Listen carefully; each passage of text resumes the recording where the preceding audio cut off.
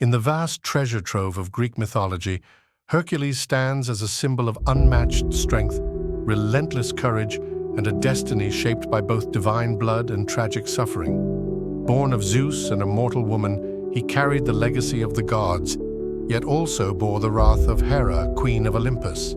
To atone for his past and seek redemption, Hercules was tasked with completing 12 impossible labors.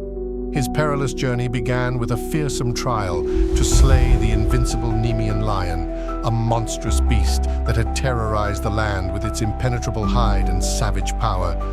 Join us as we recount the beginning of Hercules' legendary labors, where man faces monster and fate is forged in blood and glory.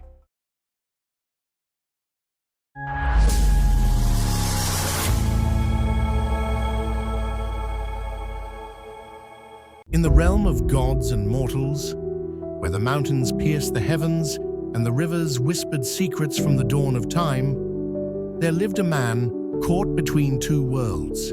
His name was Heracles, though the Romans would later call him Hercules. Born of Zeus, the thunderer, and Alcmene, a mortal woman of Theban blood, Hercules came into the world as a pawn in the chess game of divine jealousy and mortal consequence.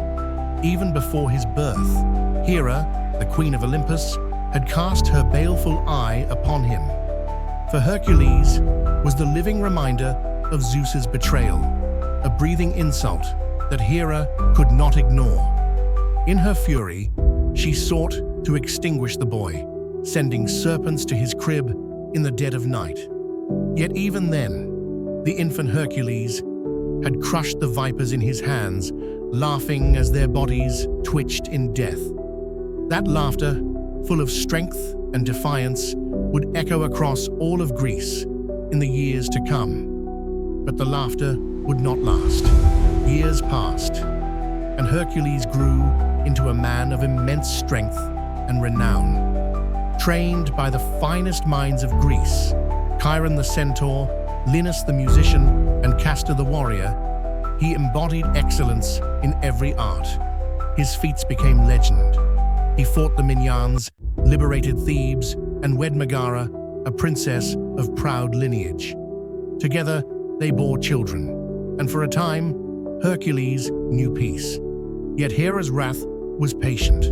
She struck not with lightning, but with madness. One dark day, as shadows stretched long over the land, Hera whispered into his soul. She twisted his mind with divine lunacy. And in that frenzied hour, Hercules committed the unthinkable.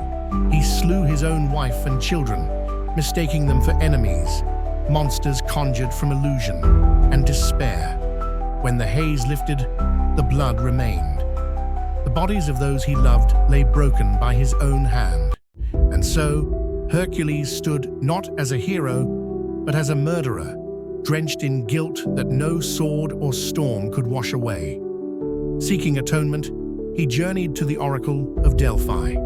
There, amid the sacred fumes of Apollo's temple, the Pythia delivered Zeus's will. Hercules must submit himself to Eurystheus, king of Tiryns, and Mycenae, a cowardly cousin of royal blood, and perform 12 labors, tasks so dire and deadly that no mortal had ever dared attempt them. Only through these labors, decreed by fate and Olympus alike, could Hercules hope to cleanse his soul. And thus, the first labor was set, to slay the Nemean lion, a beast not born of nature, but of nightmare, a monstrous creature spawned by Typhon and Echidna, immune to all mortal weapons and a terror to all who walked the earth of Argolis. The road to Nemea was not paved with glory, it was littered with fear. Long before Hercules set foot on the dusty paths leading to the Argolid countryside, the name Nemea had become a hushed curse upon mortal lips. The region, once fertile and rich in vineyards, lay cloaked in desolation. Villages had been abandoned. Olive trees stood gnarled and rotting. The air hung heavy with silence, broken only by the distant roar of something unnatural. The stories were always the same. Travelers would vanish without a trace. Shepherds would find the bones of their flocks scattered like grains of wheat, stripped of flesh with terrifying precision. Hunters who entered the nearby ravines, determined to slay whatever plagued the land, returned only as corpses, their armor shredded like papyrus, and their eyes forever frozen in horror. They spoke of a lion, but not a lion of the earth. This beast was the size of a bull, with muscles carved from bronze and a mane that gleamed like black fire. Its roar echoed through the canyons like thunder from Hades, and its golden hide could not be pierced by sword, spear, or arrow. Some said it was the child of Echidna. Others claimed it was sent by Hera herself as a curse upon the mortals. Regardless of origin, all agreed. No man could kill it. Not until Hercules came. When Hercules arrived in Nemea, he did not announce himself as a hero. He wore no crown, no fine robes, only a coarse lion skin from a beast he had previously slain in his youth, now faded with time. A gnarled club rested on his back, thick as an oak trunk, and slung at his side was a bow made of polished yew, strung taut with sinew from a boar. But it was his eyes, calm, steady, sorrowful, that set him apart. These were the eyes of a man who had tasted divine madness and lived to remember it. The people of Nemea did not greet him with songs. They cowered behind broken walls and prayed he would leave. To them, he was just another fool destined to die. Only an old priestess, blind with age yet sharp with wisdom, approached him in the shadow of the ruined temple of Zeus. "You seek the lion," she rasped. "I seek atonement," Hercules replied. "Then you shall find both," she said, "but not with blade or bow, not with fury, only with knowing and pain." She told him of the creature's lair, a labyrinthine cave on the slopes of Mount Tretos, its entrance hidden among the twisted ravines. She warned him that the beast was no ordinary predator. It stalked with intelligence, lured with silence, and delighted in torment. To defeat it, he would need more than strength. He would need to outmatch the very instincts of fear and flesh. At dawn, Hercules departed the village and ascended into the wilderness, where sunlight rarely touched the earth. The land itself seemed to resist him. Thickets of thorns grasped at his tunic, and the wind screamed through the cliffs like the moaning of the dead. He passed the bones of men and horses, shattered shields, and rusted helms. Birds did not sing here. Even the insects had fled. At midday, he found the cave, or rather, the cave found him. It was vast and yawning, a cleft in the rock like the maw of a sleeping titan. Two openings marked its face, one on the left, wide and flat, the other narrow and veiled in shadows. As the priestess had warned, the lion had made its den with two exits, using one to flee while its victims pursued the other. It was not only strong, it was cunning. Hercules lit a torch, though even fire seemed to recoil from the place. He entered, crouched low, muscles taut, senses sharpened. The air was thick with the stink of blood and fur. For hours, he stalked the tunnels, winding through chambers choked with the stench of death. In the gloom, he found the shredded remnants of men, helms split, ribs crushed, skulls shattered like eggs. And then, the silence broke. It came without warning, a soundless blur of motion from the shadows. One moment, the cave was empty. The next, Hercules was struck with a force that hurled him across the stone. The lion stood before him, illuminated by the flicker of the torch. It had knocked from his hand. It was more terrible than any tale had dared suggest. Its eyes glowed like coals in a forge. Its fangs were the length of daggers, and its claws could rake through stone. The hide shimmered, not with fur, but with some divine resistance, as though woven from the essence of the gods themselves. Hercules raised his bow and loosed a shaft. It struck the beast's shoulder and bounced away, harmless.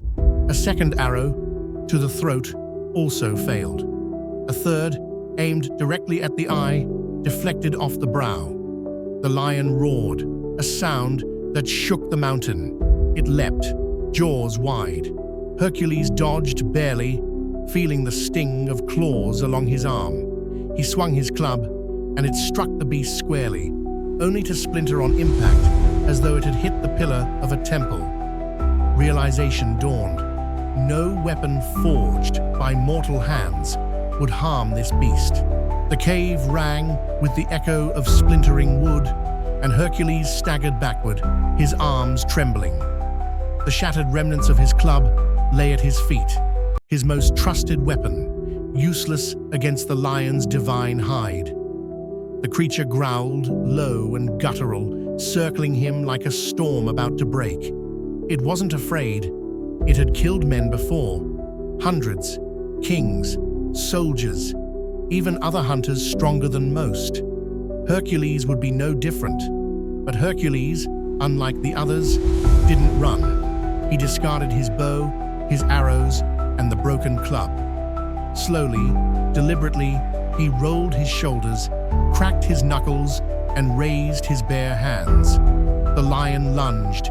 They collided in a flurry of muscle and bone, claws scraping against skin, fists slamming into fur. Hercules grabbed the beast by the mane and wrenched it sideways, slamming its back into the cave wall. But the lion twisted with inhuman strength, its claws raking across Hercules' ribs, drawing blood. He cried out, but didn't let go. It was a struggle of flesh against flesh. No weapons, no tricks, just pain and resolve.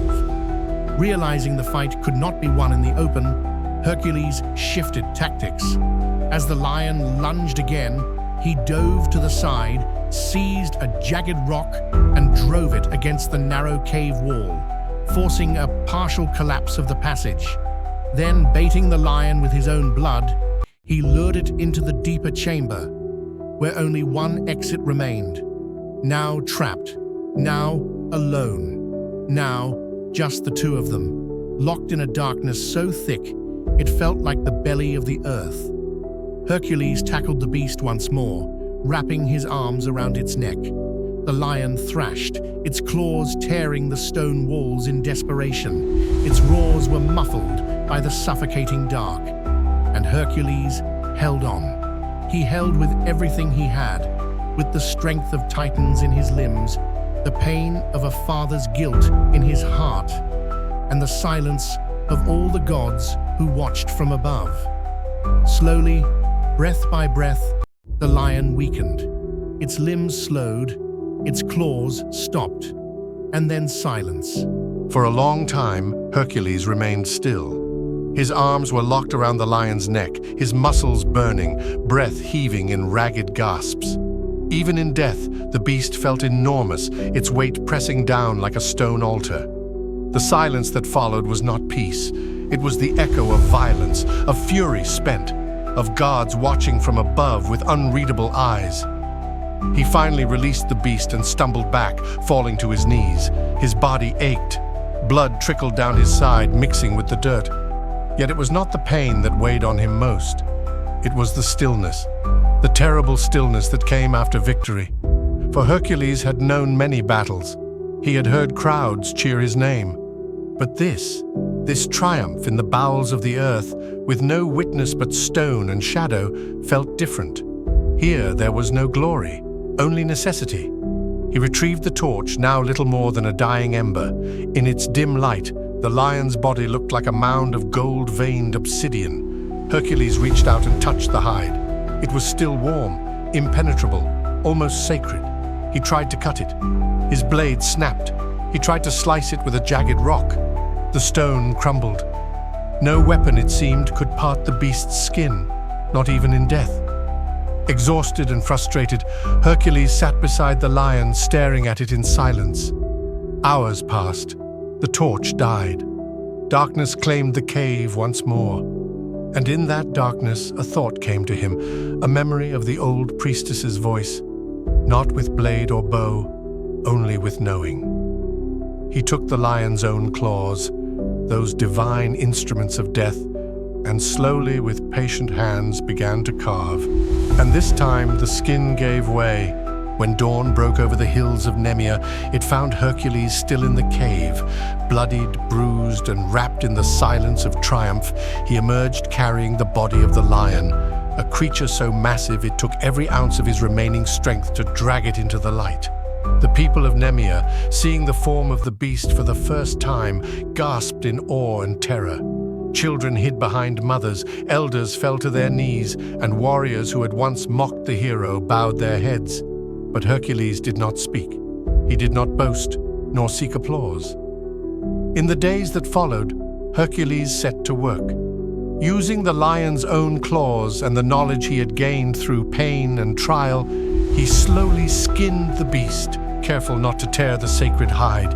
It was the only weapon that had pierced the lion's flesh, and now it would become his armor. When the work was done, he cleaned the golden pelt in the riverbank and laid it beneath the sun. It shone like woven fire. Then, with deliberate reverence, Hercules donned the lion's skin. He fastened the head as a hood, the gaping jaws forming a crown over his brow. The paws draped down over his chest like the garb of a war god. The hide covered his back, his arms, his torso, rendering him nearly invulnerable.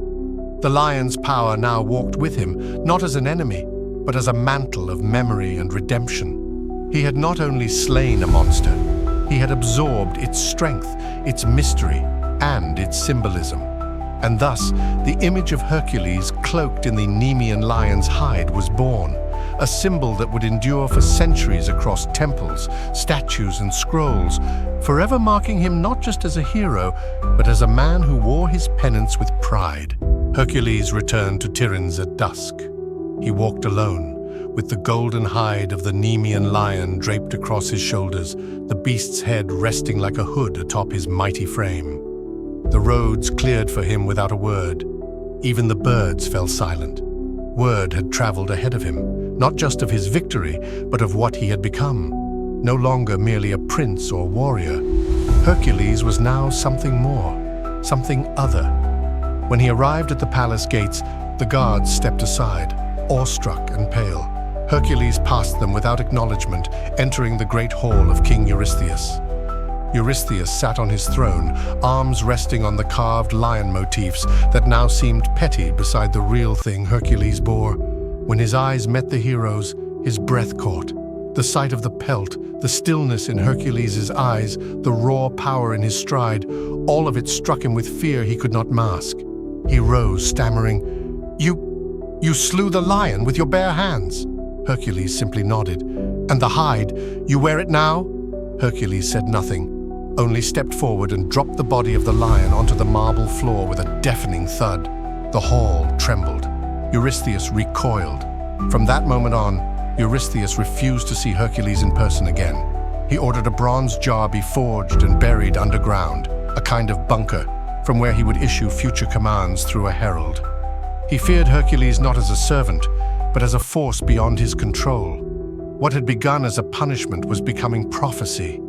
Hera, watching from Olympus, clenched her fists. She had tried to break him, yet each trial only made him stronger, closer to something divine. She whispered to Eurystheus in dreams, inflaming his fear and urging him to devise more impossible tasks. But fear had already taken root. And in Hercules, something else had awakened, not pride nor vengeance, but purpose. Hercules did not linger in Tiryns. After Eurystheus dismissed him with fear and disgust, the hero returned to the outskirts of the city and rested briefly beneath an olive tree. The lion's pelt still hung heavy across his shoulders, and his club, fashioned now with metal reinforcements, never left his hand. But he could not stay long. Whispers followed him, from city to village, from temple to forge. The tale of a man who strangled an immortal beast with his bare hands ignited fires in the hearts of both peasants and kings. Many hailed him as a new demigod. Others feared he was becoming a threat. Yet Hercules remained unchanged in spirit. He was not chasing glory. He was repaying a debt, to the gods, to fate, to his own guilt. And the road ahead promised no peace. He traveled briefly to Thebes to visit the grave of his wife and children. The silence of the tomb pierced him deeper than the lion's claws ever could. He left flowers and said nothing. Then he turned toward the direction of his next trial, where a serpent-headed creature awaited. In Olympus, the story of Hercules' triumph reached the ears of the gods. Zeus watched in solemn pride, his eyes distant yet glinting with the fire of ancestry. But beside him, Hera sat unmoved, her lips tight, her fingers clenched around her scepter. She had hoped the lion would devour him, that this son of Zeus, born of adultery, would vanish like a spark in the wind. Instead, he returned, stronger, cloaked in the very beast meant to destroy him. Her rage boiled anew. That night, she whispered to the winds. She spoke to the shadows beneath the world. She reached out to creatures forgotten by time and swore them promises of release if they would only turn their fury toward Hercules. In the distance, a swamp stirred. Scales shifted in the dark. The Hydra awoke. Though Hercules left Nemea behind, the lion never left him. Wherever he traveled, the hide on his back became a symbol, not just of strength, but of survival. Villagers would touch the edge of the pelt and whisper blessings. Kings sent envoys bearing gifts, pleading for Hercules to serve them. He refused all. He was no man's sword. He was bound to a greater will, a divine command shaped by agony and remorse. Still, songs were sung in his honor. Statues were carved with the lion's head as his helm. And in secret corners of the world, small shrines emerged. Not to worship him as a god, but to remember him as a man who bore the weight of a beast and still walked forward. The legacy of the lion was not just about what he killed, but what he carried. And it had only just begun. Thank you for watching this mythological story. If you enjoyed it, don't forget to like the video, subscribe to the channel, and hit the notification bell to follow more legendary tales. See you in the next story.